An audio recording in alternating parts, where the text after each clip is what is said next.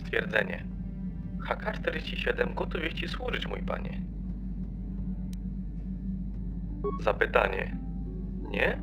Wydawało mi się, że organiczne wory mięcha, takie jak pan, lubią, gdy się tak do nich zwracać. Wycofanie. Powiedziałem to na głos?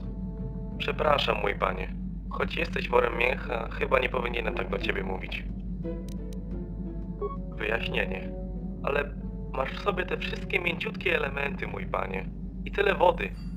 Jak to możliwe, że to ciągle chlupotanie nie doprowadza cię do szaleństwa? Stwierdzenie. Czy teraz rozumiesz znój mej egzystencji, mój panie? Na pewno ma się ona nijak do twojej, ale mimo wszystko. Komentarz. Ja również.